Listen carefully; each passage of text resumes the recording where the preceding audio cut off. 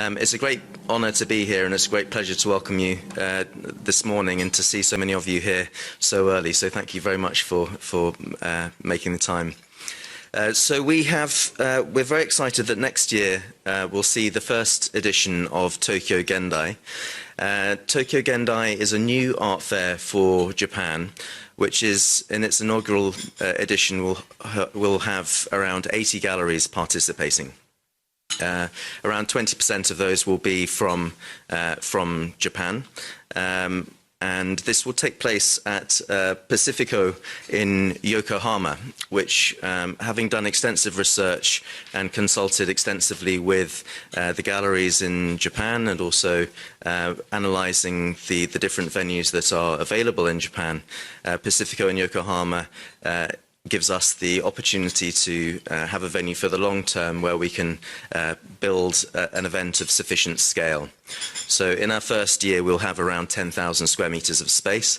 There are very few venues in and around Tokyo that offer that opportunity. So Pacifico is a great place for us to be able to have the capacity to expand in the future. Before I talk about Tokyo Gendai, I wanted to share a little bit of my personal journey in Asia. It's been a real privilege to be on this sort of journey of discovery over the last 15 or 16 years or so. My first kind of interaction with Asia from a professional perspective was back in 2006, where I was working in a former life as an auction house specialist. I'd been working for the auction house Bonhams for 7 years after graduating, and the final auction that I was involved with was the first auction of contemporary Asian art for Bonhams in London. We came up with the idea for having this auction at around the same time that Sotheby's came up with their plans for the first auction in New York of contemporary Asian art, and so that we really felt that we were in a sense ahead of the game and capturing the spirit of the time. But it was really in the lead up to that auction, through doing my researches, that I first became very interested in Japan and in Asia more widely. In fact, immediately, well, in the lead up to that first auction, I met the gallerist Pearl Lam, who had a gallery in Shanghai, who offered me the opportunity to work on a one-year contract for her in Shanghai, managing her galleries in Shanghai, Beijing, and Hangzhou. And I had an incredible year, which where she was very generous. I got to travel around to Chongqing, Kunming, Hangzhou, Nanjing, and Beijing, selecting artists for exhibitions. And this was an incredible learning experience, and the first time really for me to be out of my comfort zone. I'd been very much brought up in a Western art history tradition, and so this was really an incredible learning experience for me to experience work from a different cultural and aesthetic background. It was very, very sort of enriching, and I think it provided me with a very good foundation to set up the first Art Hong Kong in 2008. So this is a picture of Zhang Huan's studio in Shanghai, which I had the pleasure of visiting in 2006. And just the scale and ambition of work that was being produced at that stage was really intoxicating and very, very impressive indeed. So I was then recruited to become the founding director of Art Hong Kong, which was a new fair to be set up from scratch. And we had the opportunity really to decide how we could create the best art fair for now. I think that with many other art fairs that were operating elsewhere, that there was a legacy. And so, in a sense, they have their own pre-existing structures and participants. But for us, we were able to really start from scratch to think, how do you create the best art fair for now? And our feeling was that you could create the best art fair in absolute terms, in that if you felt that the best 100 galleries all came from Berlin, you could have 100 galleries from Berlin. But we felt also that you could be the best art fair by being the most representative. And so geographical diversity became one of the core values of our activities, to really try and present work not just from a Western, European and American aesthetic background, but also to showcase the rich diversity of work that's being produced from different parts of the world. So this became a really foundational value for us. In 2008, I was on 40 flights in 6 months. We managed to persuade 100 galleries to participate in the first year. We had 19,000 visitors, and sales were pretty strong for a first edition, and it gave people great confidence that there was something to build on. As you might have noticed on the slide on the catalogue, ArtHK08, our lead sponsor in 2008 was Lehman Brothers. In 2009, obviously, they were not, and we found ourselves in the depths of the global financial crisis. But despite that, we managed to persuade 114 galleries to participate in 2009. Sales were okay. And in 2009, OK was the new fabulous. So we really had an opportunity for galleries to meet new collectors, to expand their audiences. And at that particular moment, I think that there was an accelerated tipping of the world's axis towards Asia, and a real recognition from galleries that they had to expand their audiences and diversify their audiences. And so we had a good bump. And in 2010, we expanded to 155 galleries, and by 2011, we had grown to 255 galleries, making it really one of the biggest art fairs in the world. I think that it was very important for us, in addition to diversity, one of the other core values is really quality. And I think that it's very important for an art fair to have a very strong selection criteria and a transparent application process. So for Art Hong Kong, we put together a selection committee of gallerists who have a great expertise within their respective fields, could understand art from Asia, but also put it into a broader global context. And this meant that they reviewed all of the applications that were submitted, and it meant that we had a very high degree of quality control that really made sure that participation in the art fair became a stamp of quality for the galleries, and there was an element of pride that was derived through the competitive nature of getting in. The other of the three core values, so we've had quality and geographical diversity. The third value was accessibility. And it was very important for us that, because we were engaging with new audiences, that we wanted to try and reduce the intimidation factor in terms of engaging with art. Many people, when they are engaging with contemporary art for the first time, they feel that they don't know where to begin. And also, in engaging with contemporary art from other cultures, can be even more complicated. But we wanted to make it accessible to people, so that we had programs of introduction to collecting and so on to really help people to start on their collecting journey. But by 2011, just after the fair, in 2011, Art Basel acquired Art Hong Kong, and I was sold along with the fair to Art Basel and became the founding director of Art Basel in Hong Kong, where I served until 2014.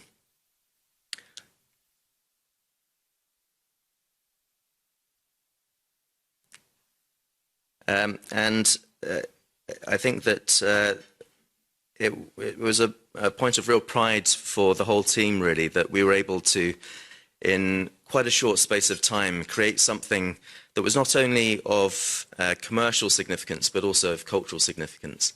The best art fairs in the world are more than just about the exchange of commerce and commercial exchange, but also about the exchange of ideas. And I think that when an art fair really gets off the ground, and there are all sorts of meetings that are happening that you have nothing to do with, then that's when you know you've really got a successful event on your hands. in 2014, this was a very special moment for me personally and for us at Art Basel. This was a major project that we initiated on the facade of the ICC, which is the tallest building in Hong Kong, with the artist Carsten Nicolai, where he pre-programmed the facade of the ICC, and then had on one of the rooftops of one of the Star Ferry piers in Hong Kong, across the harbour, we had these light pillars that he was able to VJ and DJ, and so it was an extraordinary event and one of the biggest events that Hong Kong had ever witnessed. And then, so I left Art Basel in Hong Kong in 2014. Really, I felt that I'd achieved what I set out to achieve there, that we'd built this from the beginning, and now it was 255 galleries. It was Art Basel, and it was one of the leading art fairs in the world. I very much enjoy initiating things and building new things. And so in 2019, I got together with my former colleagues from Art Hong Kong, Tim Etchells and Sandy Angus, and together we launched Taipei Dangdai, which was a new art fair for Taipei. And this happens annually now. It takes place every May. And we have around 100 galleries participating in that fair. And it plays a very important role within the Taiwanese art market. It provides an opportunity for galleries from overseas to engage with the Taiwanese collectors, who are incredibly strong, but also an opportunity for the Taiwanese galleries to meet collectors from overseas who we bring in. So this is an image from the first edition of Taipei Dangdai, with a wonderful image of John Yu Yi's work.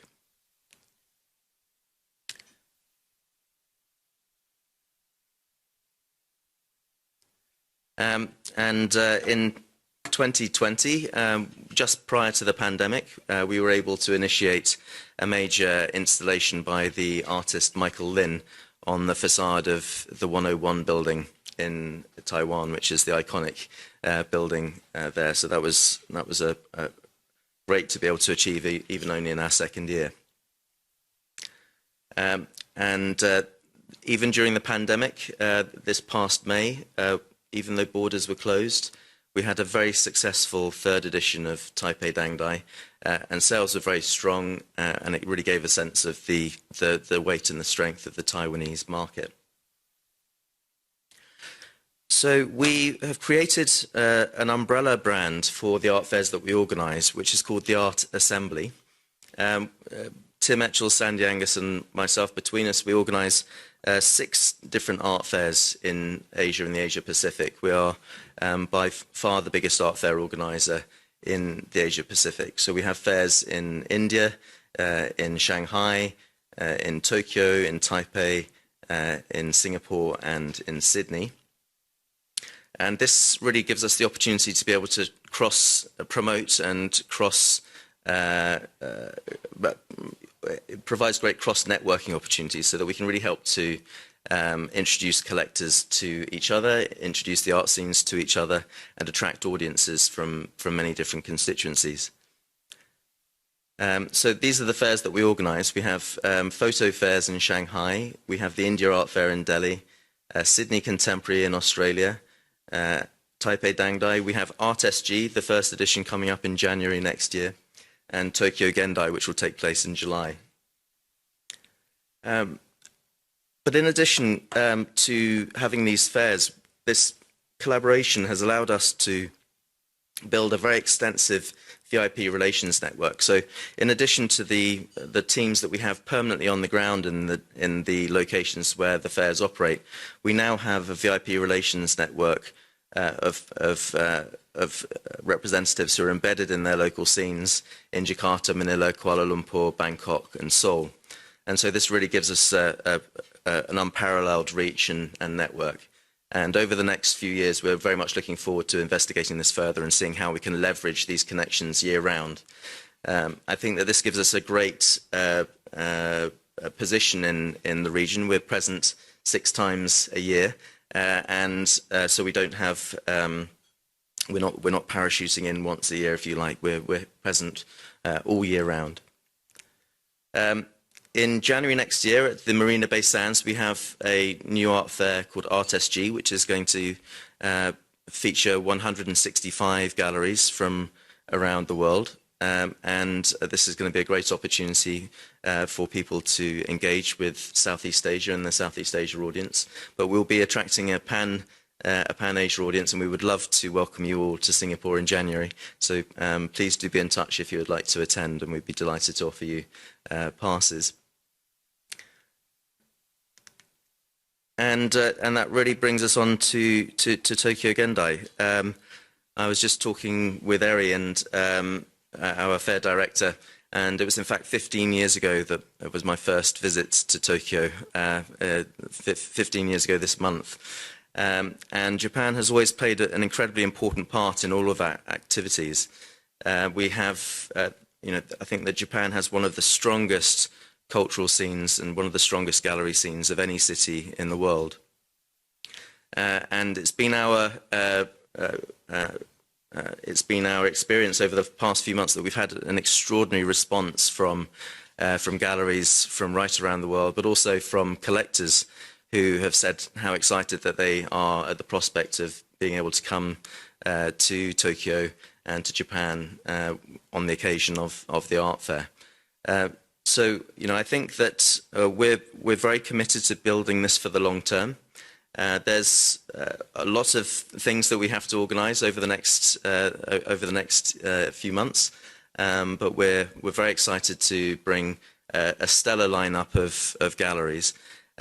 I mentioned before about the importance of having a strong selection committee, and I think that the selection committee that we have for the first edition of Tokyo Gendai really demonstrates the seriousness with which we're taking things, but also with which the galleries are taking things. So we have John O'Doherty from Sadie Cole's gallery in London. We have Mark Glimpcher from Pace. We have Yaji Huang from Each Modern, and Tim Blum from Blum & Poe, all of whom have considerable experience of working in Japan and are really operating at the highest level. So I think that this gives you an idea of the ambition that we're treating the fair with. I think it's very important when you're launching an art fair in a new situation that you have a degree of neutrality. And I think as an outsider that is something that you're able to preserve to a degree. And so often with our art fairs that we don't have a local representative on the selection committee because we want to try and stay neutral of any of the internal politics within the scene. But we recognise the importance of having local expertise and knowledge. And so in addition to the selection committee, we have a consultative council where we have gallerists, but also other people who are acting for us in a consultative role. They don't have any power over selecting the galleries, so there's no problem or conflict in that aspect. But we're very pleased to have people such as Mr. Mizuma. We have Masami Shiraishi from Sky the Bathhouse and Take Ishii from Take Ishii Gallery, who are available to help to provide some advice as and when we need it, which I'm sure will be often. We also have an advisory group of collectors and who can help to spread the word through their networks. And we have a fantastic advisory group. We have people like Ryotaro Takahashi, we have Mr. Obayashi, Mrs. Mori, Miwa Taguchi. We also have Howard and Cindy Rachofsky from Dallas, who have a long-standing passion and interest in art from Japan. So it's we're very excited about the possibilities of the year ahead, and we very much look forward to welcoming you to the first edition of Tokyo Gendai in July next year. So I'd be delighted to answer any questions that you may have, but thank you very much. Thank you so much for your remarks. I think I can hopefully speak for all of us that we're getting very excited about Tokyo Gendai based on your your prior experience in the network that you have across Asia. So let me just kick off by asking one or two questions, and then I'll open it to the floor here. And we have people also that are participating hybrid online, and then Sawako will turn to some of those questions. I think you talked about the principles for how you approach each of the art fairs, the geographical diversity, the quality, and the accessibility. On the geographical diversity, I was very interested in your comments about, you know, the impartiality and then the consultative group. But how do you actually decide on, when, because you are so networked across Asia, how do you decide on how much of the local art content you have, and kind of what goes into your thinking about the balance between, you know, having it sort of represent all of Asia versus your local market? Well, I think, thank you. You know, when we're looking at the balance of local to international, I think one really has to sort of look at the market itself. I think it's very, very important to have a strong presence of galleries from the local scene, to be respectful of the context, but also from a pragmatic perspective, that they also have access to a lot of the collectors. And so it's important to ensure that everybody feels that they're being well served. But I think that we want to preserve this notion of quality control. And so, you know, I think it's art fairs, the best art fairs are selective by nature, and that means that not everybody, sadly, can get in. But I think that having that degree of quality really can help to showcase the best that the local situation has to offer, but also to put them in the context of the international art world, which can help to elevate their own standing and their own reputation with the international art world. Thank you very much for that. I think, you know, having the standards are important, so we appreciate that. I guess the final comment for those of us living in Japan and having traveled around Asia, I think the contemporary art scene here is still evolving, and I think we worry that, you know, a lot of, not worry, but I think that we think that a lot of the younger artists in particular are not well represented abroad. So when you think about these type of art fairs and when you take it to a new location, for example, Japan, what are you thinking of as far as that kind of message for the local scene, as well as, I guess, the idea of how you create more of a dynamic environment, bringing that external art to the public as well? Well, I think that for local artists, I think that international art fairs can be of huge benefit in terms of raising their profile, but also providing opportunities, because the international galleries who are attending these art fairs are also very curious to learn more about the local scene, to conduct studio visits, to meet artists, with an eye to perhaps representing artists from that local scene. So I think that there can be a huge benefit to local artists through the presence of an international art fair. I think also for artists, it's really a great opportunity to see.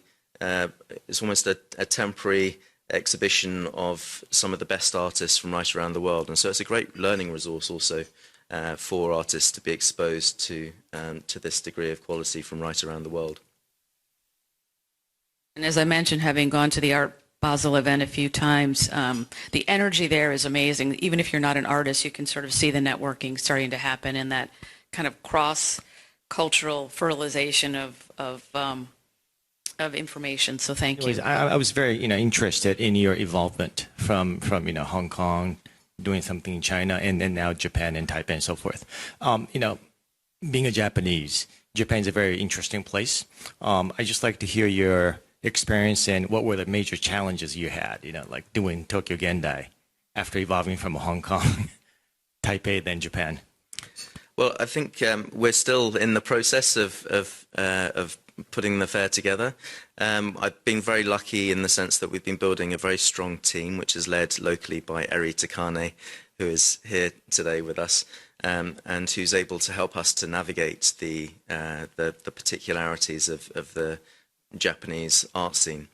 But I think what I would say is that we've had an extremely warm welcome from the local galleries, who are very excited about the possibility of what an art fair will be able to bring to the scene. and they've been very forthcoming in giving us advice and opinions. And I've had a very positive working relationship with them really for the last 15 years.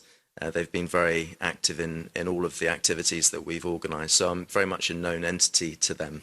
And there's so I think in a sense that we haven't had to the same degree establish that sense of trust, because that's something that we've had over the years, which is a great advantage. But I think that building art fairs is tough. It's a big job, but I think that we've got a great head start. Great support from the local galleries, and we're getting applications are open at the moment, and we're really getting a very, very positive response from the international art world. Hi, I'm Jacques Magnan, one of the founders here. I have a question regarding the timing. So you've been in Asia for 15 years, and we saw Hong Kong develop as the art hub of Asia over the past 15 years, starting with your fair and then Art Basel, and all the auction market really developed a lot in the past 10 years in Hong Kong. So, and you open art fair in many other countries in Asia. So why did it took? Not necessarily why did it took so long, but why Japan, so to speak, only now, when it's one of the potentially biggest market in Asia? Well, I think it is. There's a huge opportunity here in Japan to develop the market further. I think that over the last 5 years or so, that the art market in Asia has developed considerably out of all recognition. I think that there are some locations that have a pre-existing scale of collector base that perhaps make it easier to create an art fair in some of those contexts. So places like Taiwan and Korea, for example, have very, very big collector bases that have been active internationally for many, many years. But I think that there is clearly huge potential in Japan, as you rightly say, and there's a great cultural production, great work. There's a great degree of wealth, so there's the means for the collector base to develop. But I think that there hasn't as of yet been a catalyst that's really helped to drive forward the expansion of the collector base. So our aspiration is that through providing a qualitatively determined lineup of galleries and a strong presentation of an art fair, that we can help to bring new entrants into that market, to reduce the intimidation factor, to be able to give them a sense of confidence that they won't be able to go too far wrong and can trust their own judgment within that environment. And I think that because that hasn't really existed in Japan before, the fairs that have been taking place tend to be sort of more local in nature, but also a mixture quite often of contemporary and antique. And so I think that for those that are the uninitiated, who are sort of new to buying contemporary art, that can be quite a daunting prospect to enter into an environment where you don't really have a clear sense of whether something is good or not, or hasn't been selected or has been selected, and so on. So I think that through having this transparency of process of having a selection committee that review all the applications, that really helps to give the right kind of context for people to engage for the first time. We see that there's a real opportunity for the market to develop here. And in a sense, we feel that the market in Japan is slightly behind where logic dictates that it should be. And so I think that through providing this qualitatively determined lineup, that we can act as a catalyst to really transform that. Oh, Everett Brown. Pacifico Yokohama is a great location for having Tokyo Gendai. I'm just wondering about what kind of satellite programs you're considering for Tokyo.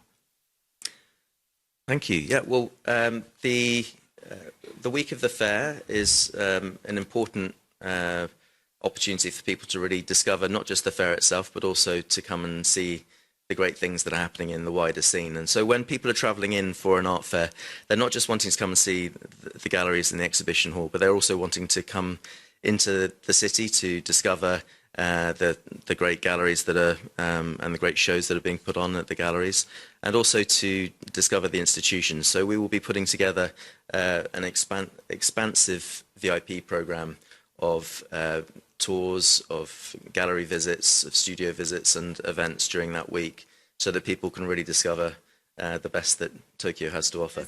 If we have exhibitions which coincide with Tokyo Gendai, is there any possibility to share information and promote together? And if so, how? Well, absolutely. When we put together our VIP program of events for the week of the fair, we will list all of the exhibition openings that are happening through the participating galleries in Tokyo Gendai. So we will be in touch with all of the galleries in the run-up to the fair to make sure that we've got their exhibitions listed and can help to promote them to our audiences. Many have pointed out that despite Japan having the world's third largest economy and Tokyo being such a large city, the art market lags far behind New York, London, Hong Kong, etc. What are the biggest challenges Japan faces in developing Tokyo as a world art center? I think that in many respects Tokyo is a world art center already in terms of the strength of the cultural output, the exhibition programming, the galleries, the museums, etc. I think in terms of the market aspect, it comes back a little bit to what I was talking about earlier, that I think there hasn't as of yet been an event of scale that can really act as a catalyst to bring new audiences in and to make them excited about the idea of collecting contemporary art. And so our strong aspiration is that Tokyo Gendai can be this catalyst that can really help to ignite the collecting passion within Japan, and to help to forge connectivity with other parts of Asia. I think that it's very important for us that we're building the collector base within Japan, but we will also be working very hard to bring in international audiences to also come and explore Japan. I was speaking to collector friends from Taiwan the other day who said that they would all be coming to Tokyo, for example. I think that there's a real the breadth of the psychological catchment area that Japan has is probably, I think, the biggest in Asia.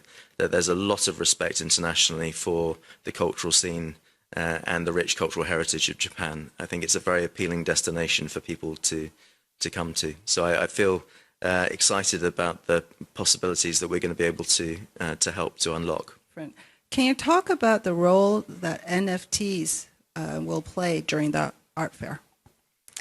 NFTs have been obviously all a buzz over the last 18 months or so. I think that it's very interesting that the discourse around NFTs has primarily been one that's been focused on speculation and investment, which I think is not so interesting. But what has been very interesting is the fact that the rise of NFTs has really expanded the audience for contemporary art and is bringing in whole new audiences who were not interested in contemporary art before.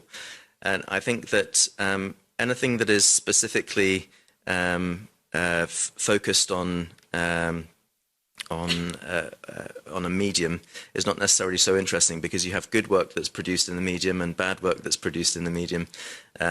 Painting in and of itself is not interesting. You have good paintings and you have bad paintings in the same way that you would have good NFTs and not so interesting NFTs.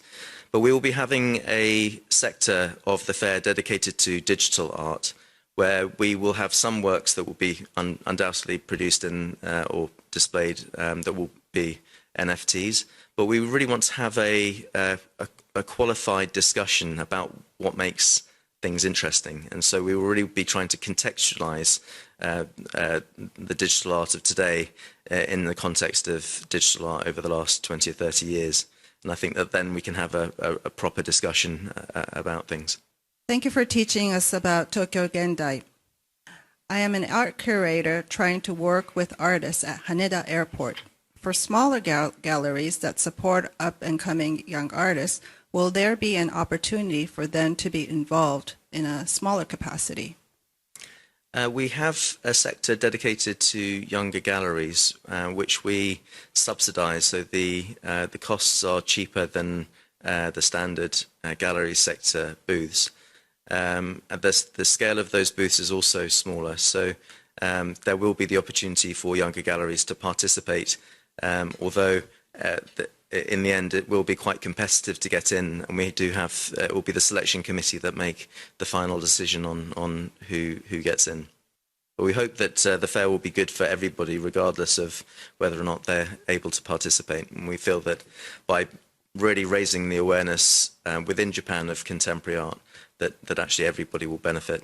The venue is actually in Yokohama, and then there's a lot of space in between Yokohama and Tokyo, and there's a lot of galleries and venues. So in that terms, how extensive are you going to be? What's your coverage going to be for your first? Well, our focus is going to be very much the venue itself. We will have some events in Yokohama on the opening day, but also the collector base are going to be very interested to really explore Tokyo itself. So we'll be quite focused in our on ensuring that people have an opportunity to really discover the breadth of activity that's happening in Tokyo. So we'll be having a full week-long program of events that will allow people to really get a chance to explore the city. You have obviously studied very deeply of art, of the Western world. You've now experienced so much in Asia, and you've seen so much. I would love to see your art collection and what you deem as, appealing or aesthetically beautiful. Will there ever be an opportunity for you to share with us what you have seen and what you have found and what you have collected? Well, I have to say I'm not. I'm a small potato, so in terms of my collecting, it's very very modest. But one of the areas that I've found very interesting has been 1950s and 60s street photography, which is an area that I've found very interesting right across Asia. And so that's been a rich theme for me to explore and investigate.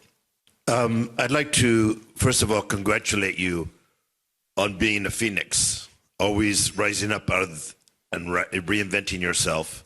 And so hats off to your amazing ability to always reinvent and keep going and making it better.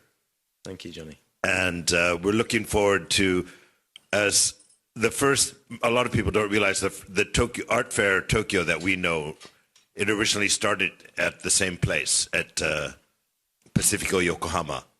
That's right, yes. And then it moved into Tokyo. So we're looking forward to supporting you with peripheral events in Tokyo to celebrate what you're doing. And congratulations, very happy.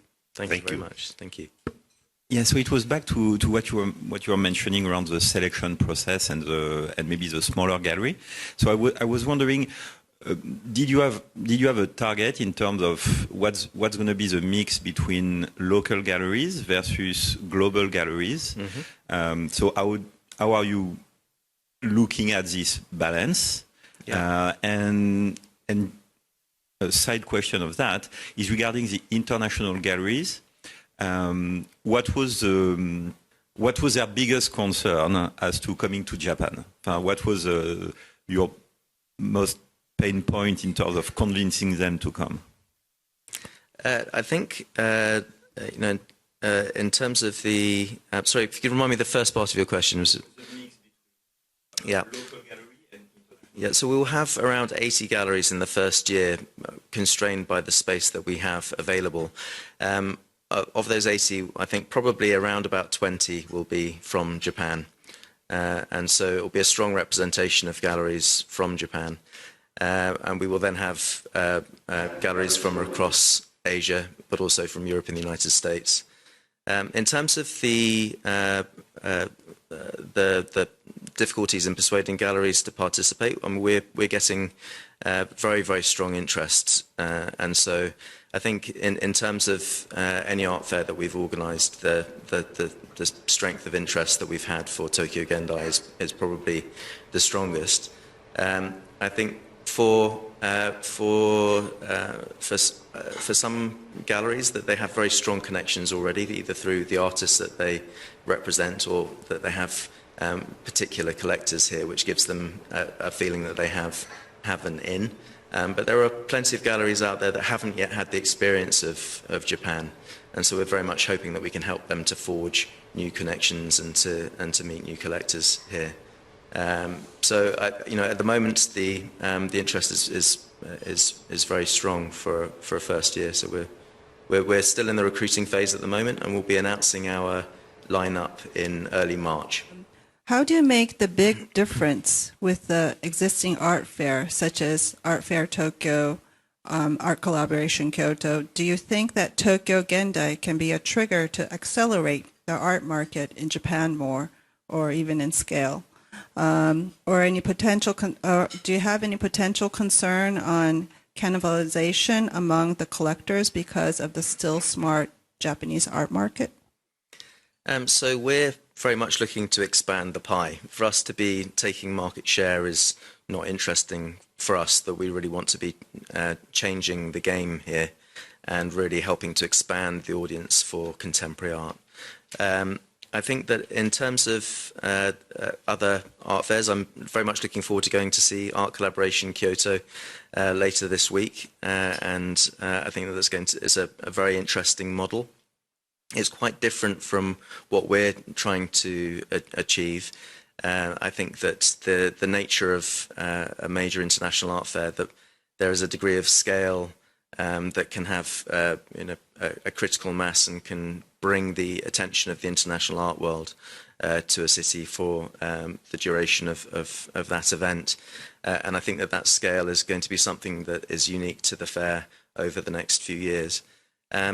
With Art Fair Tokyo, we don't really see ourselves as being in competition with them. The mix of galleries that they have is quite different in terms of profile from what we'll be looking at. So I don't feel, in a sense, that we're going to be in any way stepping on anybody's toes there. But I think that all of these events are very great opportunities for people to discover more about art and to come into contact with art. And you learn about art through looking, and I think that these opportunities are very important. But as I say, that we're really looking to try and help to expand the audience within Japan, but also to bring international collectors as well into the scene. So I think that with this increased international attendance and awareness, that's actually going to bring in fresh energy and excitement into the scene. There's been a lot of talks to attract attention to Japan and Tokyo in particular as a part of the art world. But what's going to be Japan's output to the art world as a whole? What do you expect Japan will be putting forward? I think that there's great artists first and foremost, great curators, great gallerists. I think that Japan has incredible international leverage in terms of its soft power, and our hope is that we can bring more and more people into close contact with the scene here, and to really foster sort of longer-term relationships and connectivity. And I think that that's one of the things that we really want to try and achieve over the coming years, is actually to really help to foster a greater connectivity with Japan. I think that in some ways that the scenes have been slightly isolated, and so to really help to bring Japan more closely into the international art world, I think would be a real contribution that we'd be very proud to play a part of. Basically, I'm kind of curious to find out what Japan can do as a maybe government regulation whatsoever in terms of making the market in Japan more active. For example, I know that there is a bonded warehouse in Haneda. I don't know how far that's being utilized. And there, for example, in Korea, there are taxation issues that helps the market grow, accelerate the growth. So maybe, I don't know, from your perspective on looking at other markets, what maybe Japan can do to sort of supplement all your efforts. Well, I think tax regulations are obviously key. It's less relevant for international visitors who are coming and buying and taking work away again.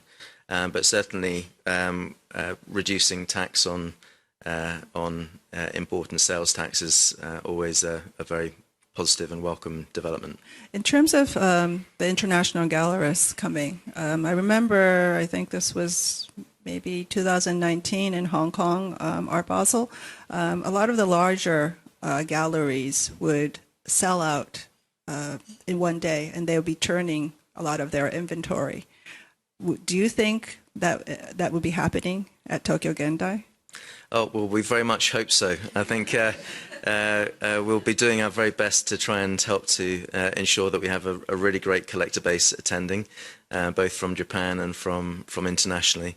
I think as an art fair director, one of the most beautiful sounds in the world is the sound of drilling in the mornings, because then you know that people are hanging new works and that sales are going well.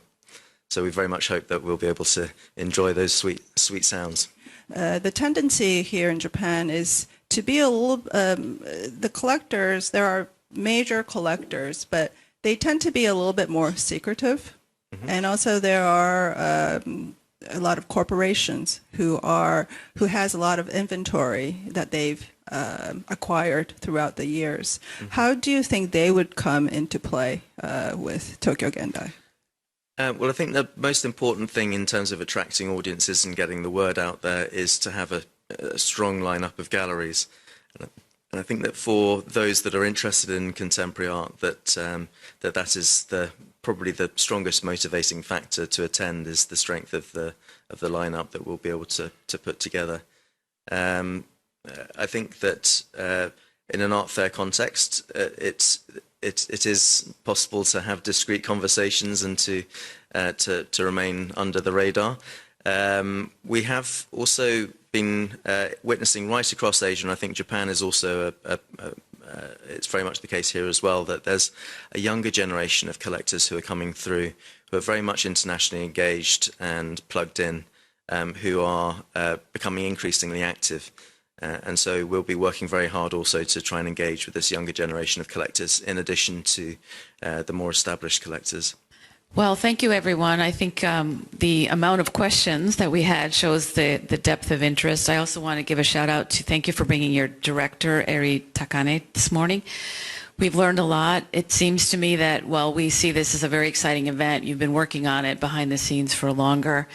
And I think that the scale of it really is something we're very excited to see at the Arts Society of the Arts Committee of the Asia Society. I think for us, we are always excited to learn about art, different opportunities to expand the market here and really give a voice to not only local collectors, but just to improve the Asian arts knowledge around the world. So we thank you for that. But we're looking forward to seeing you next July. Thank you. Well, thank you very much. Thank you.